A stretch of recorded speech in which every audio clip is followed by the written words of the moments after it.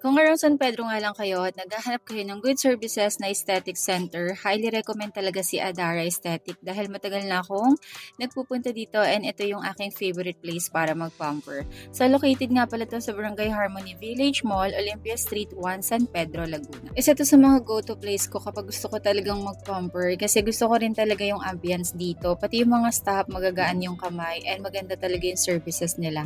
So today, saglitan lang talaga, magpa-pamper ako. So ipapagawa ko nga pala sa kanila itong kanilang Aqua Sponge Peel. Bagong treatment nila to guys and similar to micro needling. So itong treatment na to is really help to exfoliate and stimulate skin renewal. Ang benefits naman nito include to improve skin texture and tone, reduce acne and hyperpigmentation, and boost in collagen production for a firmer, smoother complexion.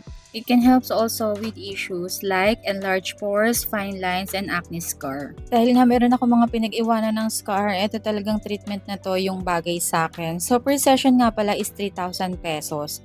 So, worth it naman talaga kasi maganda talaga siya sa face. So, after nga pala guys, nilagyan na ako ng mask. Ito yung isa sa mga favorite kong nilalagay sa akin kasi super lamig niya talaga.